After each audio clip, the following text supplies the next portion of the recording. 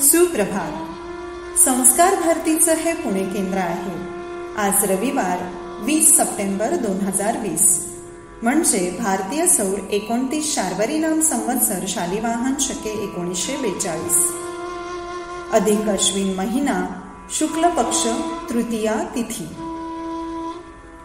आजचा विचार: शुद्ध बीजापोटी फळे रसाळ गोमटी. यानंतर ऐकूया चिंतन. सादरकर्त्या अश्विनी कुलकर्णी. यश मिळवायचे असेल तर स्वतःच स्वतःवर काही बंधने घाला. श्रोते हो, आता ऐकूया स्वरतरंग कार्यक्रम.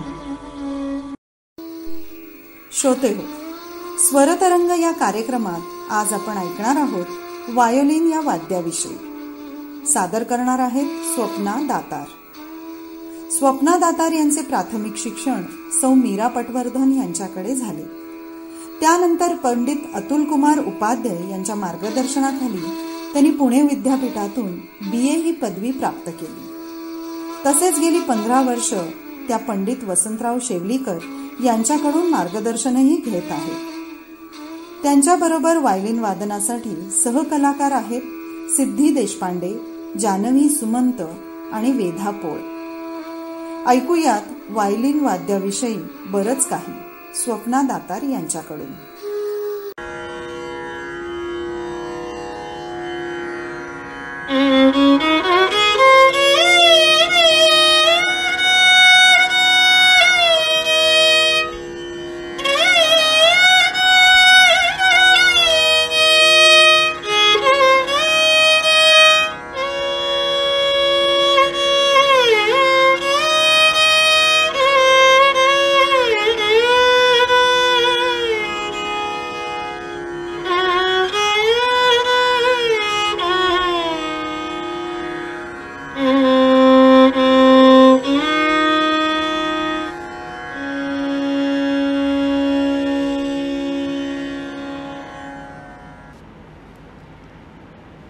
खरं तर हे पाश्चात्य वाद्य, पण आज भारतीय वाद्यांच्या पंक्तीत इतकं दिमाखदारपणे मिरवतं, इतकं सहज मिसळलं गेलंय ना, की त्याच्या पाश्चात्यपणाचा मागमूसही कुठे राहिला नाही. अर्थात याचं कारण मुळातच ते एक परिपूर्ण वाद्य आहे. अलंकार, गमक, मेंढ, श्रुतिभेद, सप्तकांचा आवाका, हार्मोनिक्स वाजवणे यात अगदी सहज शक्य असतं. तसेच एका वेळेला बोच्या साह्याने 2 किंवा 3 ताराही वाजवता येऊ शकतात. बो, ज्याला आपण मराठीत गज म्हणतो बरं का, तर बोच्या आघाताने तारांवर एकाच वेळेला 2 स्वर, 3 स्वर अशी वाजवण्याची किमया याच्यामध्ये आहे. बोच्या आघाताने तारांवर एक वेगळाच नादरंग तयार करता येतो. आता मी मागे म्हटल्याप्रमाणे अलंकार, गमक, तान या पद्धतीचं थोडंसं उदाहरण देण्यासाठी मी तुम्हाला एक वृंदावनी सारंगमधली बंदिश ऐकवते. ऐकूयात वृंदावनी सारंगमधली 3 तालमधली एक बंदिश.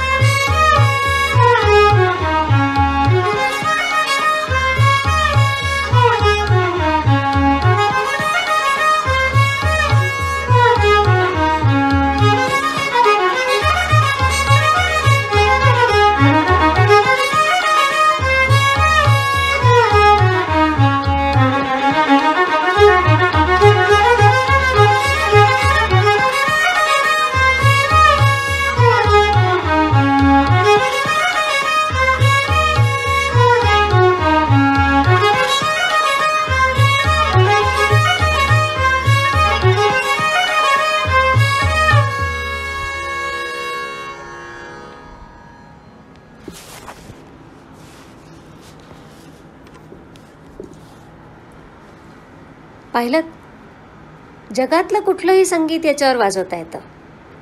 आत्ता तुम्ही बघितलं ते काही एकट्याने वाजवलेली बंदिश नव्हती, पण खरंच या वाद्यावर एकट्याने, दोघांनी, आत्ता आपण ऐकलं तसं तिघा चौघांनी, कितीही जणांनी या वाद्याला एकत्र येऊन वाजवता येऊ शकतं. खरं तर अगदी 16-18 इंचाचे 4 किंवा 5 तारांचे, कारण काही लोक 5 तारांचंही व्हायलिन अजूनही वाजवतात, तर 4 किंवा 5 तारांचे हातभर लांबीच्या पेटीत मावणारे आणि 2 किलो सुद्धा वजन नसलेले हे वाद्य आहे. या वाद्याचं नाव आहे व्हायलिन. याची माहिती तर आपण ओघांनी घेऊच, ती येईलच, पण त्याचा इतिहास पण खूप रंजक आहे. आपण थोडासा इतिहास पण पाहूया. आता भारतातील राजस्थानमधील रावणहत्ता असो किंवा पश्चिम आशियातील युरोपमध्ये आलेले ल्यूट वाद्य असो, त्यांच्यात आणि व्हायलिनमध्ये साम्य आहे. पण हे जरी असले ना, तरी व्हायलिन या वाद्याचा विकास किंवा ज्याला आपण उत्क्रांती म्हणतो, ही युरोपमध्ये इटलीतच झाली. इटलीतील क्रिमोना या गावी स्ट्रॅडिव्हारियस, ग्वाडने, रामाती ही 3 कुटुंब राहत होती.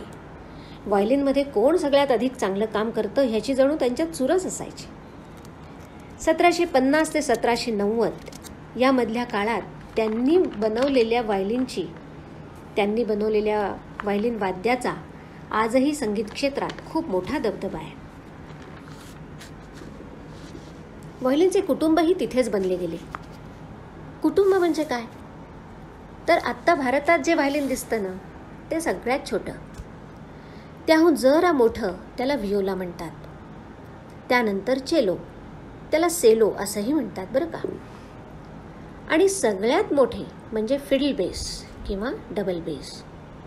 आता फिडल बेस असा मी शब्द उच्चारला आहे म्हणून जाता जाता हेही सांगते की पाश्चात्य संगीतात, लोकसंगीतात जेव्हा छोटं व्हायलिन वाजवलं जातं ना, त्याला फिडल असं म्हटलं जायचं. आता हा झाला एक साधारण व्हायलिन रचनेचा किंवा त्याच्या बनवण्यासाठीच्या गोष्टींचा अभ्यास किंवा त्याच्या रचनेचा एक भाग. पण आपल्याला खरा रस आहे तो म्हणजे भारतात हे कसं आलं, तर सांगते. पण तत्पूर्वी ना, आपण एक आपल्या मराठीतल्या प्रसिद्ध अभंगाची एक छोटीशी झलक ऐकूयात, ज्यात मी मागे म्हटल्याप्रमाणे 2 तारांचा एकत्रित वापर पण ऐकायला खूप छान वाटेल. तर ऐकूयात एक छोटीशी झलक.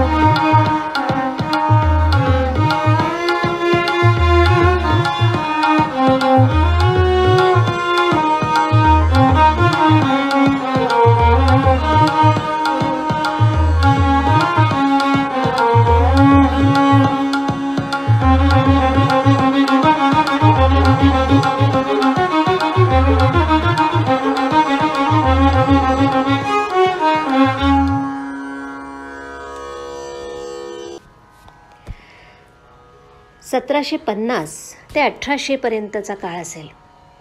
व्हायलिन आणि व्हायलिन रचनाकार, व्हायलिन वादक सुद्धा इतक्या परमोच्च शिखरावर पोचले होते. व्हायलिन जेव्हा इटलीमध्ये बनत होतं तेव्हा फ्रान्समध्ये फ्रान्झुआ तुर्त नावाचा माणूस बो बनवण्यात मग्न होता. तांत्रिकदृष्ट्या उत्कृष्ट बो बनवण्याचे श्रेय तुर्तलाच जाते. नंतरच्या काळात पोर्तुगालमुळे गोव्यात 17व्या शतकातच तसं व्हायलिन आलंय. पण दक्षिणेत कर्नाटक संगीतातील प्रवेश हा 18व्या शतकात झाला. त्रावणकोरचे महाराज म्हणजे स्वाती तिरुनालांच्या वंशातले ते युरोपला गेले असण्याचा उल्लेख साधारण 1801 किंवा 1802 मधला आहे. त्यांनी तिकडनं वाद्य आणलं असं म्हटलं जातं. तसेच वराह अप्पय्या तंजावरच्या भोसल्यांच्या दरबारी होते. त्यांनी एका पोर्तुगीज माणसाकडनं वाद्य घेतलं आणि ईस्ट इंडिया कंपनीतील एका बँड मास्टरकडून त्याचे तंत्रही शिकले असंही सांगितलं जातं. अर्थात प्रथम हे वाद्य दक्षिणेत वाजवलं गेलं ते नृत्यातील साथसंगतीसाठी, तंजावरी दासियट्टम ह्या प्रकारात. आता हे दासियट्टम म्हणजेच भरतनाट्यमचा पूर्वावतार. आता आपल्या लक्षात येईल की जुन्या देवळांच्या भित्तिचित्रांवर या वाद्यांची शिल्प आपल्याला बघायला मिळतात. वराह अप्पय्यानंतर ते कर्नाटक संगीतात प्रवेश झाला. ते बाळूस्वामी दीक्षितार यांच्यामुळे. एका इंग्रजाकडून ते व्हायलिन शिकले आणि त्यानंतर मात्र त्यांनी त्याच्यावर बाख, मोझार्ट अशा कुठल्याही विदेशी रचना वाजवल्याच नाहीत. त्यांनी सरळ दक्षिणी रचनांचाच त्याच्यावरती वाजवून प्रयोग सुरू केला. त्यांच्याच बंधूंचे शिष्य वेदुवळू स्वामींनी दक्षिणेत साथ संगतीचे वाद्य म्हणून व्हायलिनला मान्यता मिळवून दिली आणि कर्नाटक संगीतात साथीची वीणा थोडी मागे पडायला लागली. 1892 जन्मलेले द्वारम व्यंकटस्वामी नायडू हे व्हायलिनचे एक प्रणेते मानले जातात. आता तुम्हाला आम्हाला पटकन परिचित व्हावं म्हणून मी सांगते की कर्नाटक संगीतातली वातापी गणपती ही रचना आहे ना, ही यांनीच लिहिलेली आहे बरं का, म्हणजे आपल्याला पटकन लक्षात येईल. आता हा झाला भारतातल्या दक्षिणी व्हायलिनच्या प्रगतीचा आलेख. महाराष्ट्रात येण्यासाठी मध्ये थोडं कलकत्त्यातील संगीत विश्वात आपल्याला जावं लागेल. पटकन जाऊन येऊया. तर झालं असं की मूळ गोव्याचे पण कलकत्त्यात राहणारे प्रोफेसर लोबो 19व्या शतकाच्या शेवटी बंगाली नाटकाशी संबंधित होते. विवेकानंदांचे भाऊही क्लेरोनेट उत्तम वाजवत आणि त्यांचाच एक शिष्य या प्रोफेसर लोबोंकडे व्हायलिन शिकायचा. त्या शिष्याचं नाव होतं आलम उर्फ अल्लाउद्दीन खां. नाटकात पार्श्वसंगीत वाजवून ते उपजीविका करत होते. 20व्या शतकातील उत्तर भारतात व्हायलिनवर दर्जेदार हिंदुस्थानी रागसंगीत वाजवणारे ते एक आद्य कलाकार गुरु होते असं म्हणावंच लागेल. दक्षिण भारतात व्हायलिनचे स्थान जसे पक्के होऊ लागले तसे महाराष्ट्रात सुद्धा त्याचा परिणाम दिसू लागला. पंडित गजानन बुवा जोशी यांनी महाराष्ट्रात व्हायलिनवर ख्याल गायकी प्रथम वाजवली. नंतर 1930च्या आसपास विष्णू दिगंबर पलुस्करांनी गांधर्व महाविद्यालयात पारूर सुंदरमय्यर यांना व्हायलिन वाजवायला, व्हायलिन शिकवायला बोलवले. आता हे दुसरे तिसरे कोणी नाहीत बरं, आपल्याच MS गोपालकृष्णन, प्रसिद्ध व्हायलिन वादक MS गोपालकृष्णन यांचे वडील. विष्णू दिगंबरजींनी मुंबईत व्हायलिन शिकवण्याची ही खूप मोठीच सोय करून दिली होती.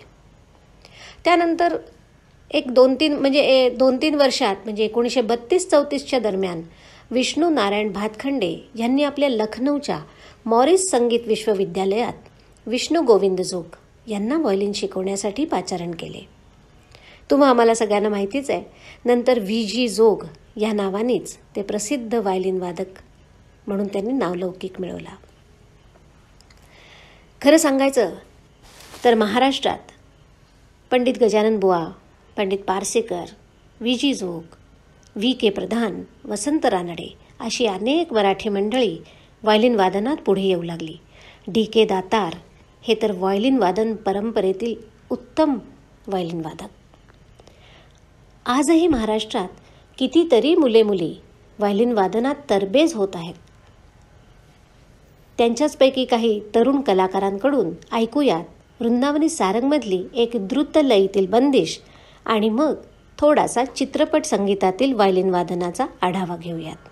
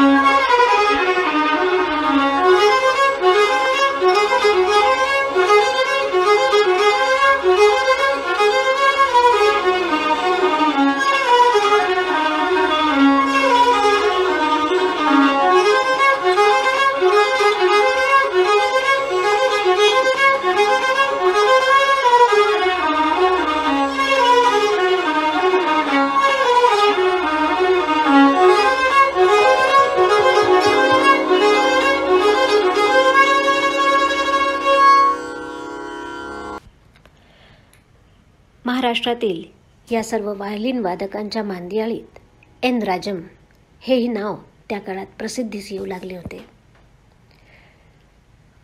चित्रपट संगीतातही व्हायोलिनचे वर्चस्व होतेच, आजही आहे.